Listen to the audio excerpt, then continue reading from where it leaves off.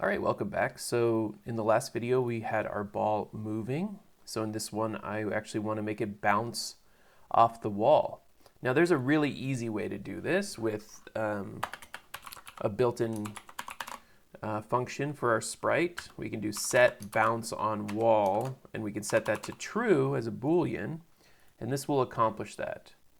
So end of the video, right? Well, no. Because there may be some other things that I want to track, they're like, for example, if I'm making a game where, like, let's say I was making the game Pong. Well, I wouldn't want it to bounce off the left or the right wall. I would just want it to bounce off the top or the bottom wall. However, if it passed the left or the right wall, then maybe I would want, a game over or a score change or something like that. So if I want to actually create my own custom function to accomplish the same thing, it's actually not terribly difficult. So let's go ahead and comment this out, and we'll do this on our own here. I don't know why there's 88 there, but I want to create my own function for this. So let's create a function that's going to basically be function check wall, and let's do this. We created a function here, and what we're going to do is basically check the x position to see if it's on either side, and check the y position to see if it's at the top or the bottom. So we'll say if ball sprite. Remember, since this is declared at the global scope, I have access to it within any function. I don't have to pass it to this function, which is nice. If let's call it bounce wall instead of check wall, because check wall kind of implies that we're going to return a Boolean. So we'll say if ball sprite dot x, and this is not Python, so I do have to wrap this. If ball sprite dot x is less than 0, sorry, not 0 actually, ball sprite dot width divided by 2. Okay, so if it's that, less than ball sprite dot width divided by 2, then what we're going to do is set the Vx to be positive. So we want to set it to be positive.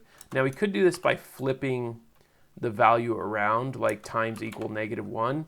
However, there could be situations where it kind of clips into the wall and then it'll get stuck. It'll just kind of bounce back and forth because it will just stay in that negative below area. It will constantly be toggling back and forth between Vx, -1.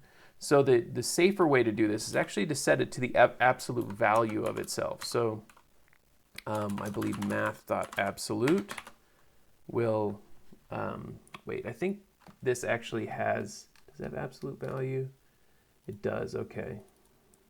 Oh, okay, no, it just uses the same thing. So this is the built-in JavaScript math absolute value of Vx.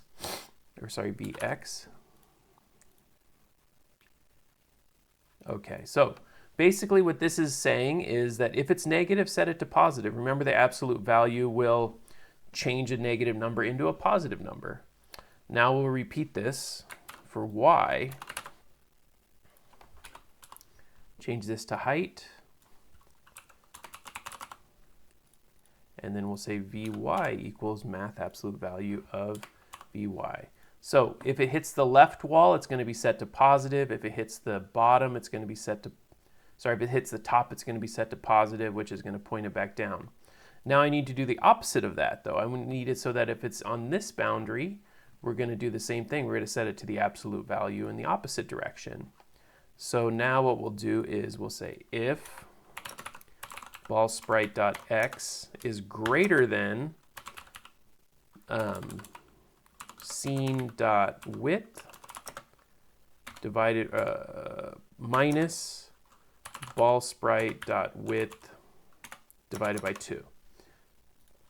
So essentially this is if the width of the screen minus half of the width of the ball. That will make it so that it just hits the edge but not going inside. We talked about that in the last one, why that works.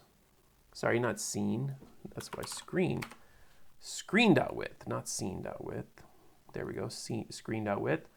Then we're going to set it to the absolute value of, well, it can't be the absolute value. It has to be the negative absolute value. So it's going to set it to positive and then set it back to negative. So the negative absolute value of Vx. And let's test it. Well, we can't test it. That works because it's hitting out of the bottom of the screen. So I'm going to copy this and repeat it, change all the Vx's to Vy's,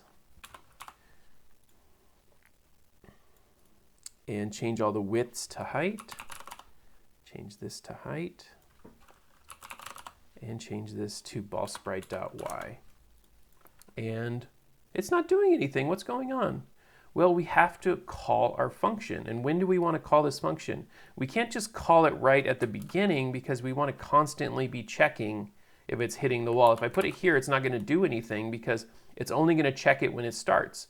And of course, when it starts, the ball's on the screen. That's just that first frame. So I actually need to do this whenever the game updates. So if I put it inside of here, now, hold on, why is it not doing it? Am I doing this backwards?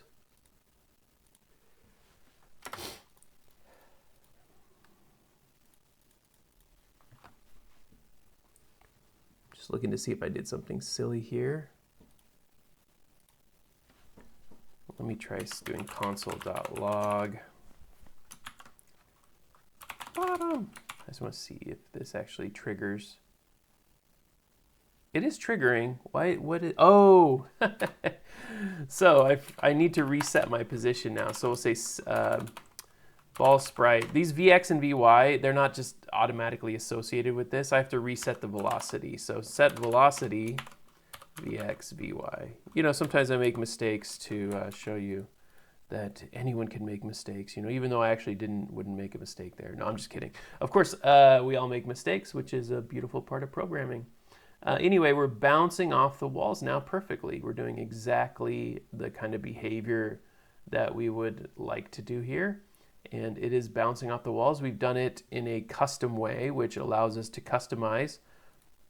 So for example, let's say we want it, instead of bouncing off the right wall, if I want it to have a game over screen instead, what I can do is go like this. And we'll say game.gameover.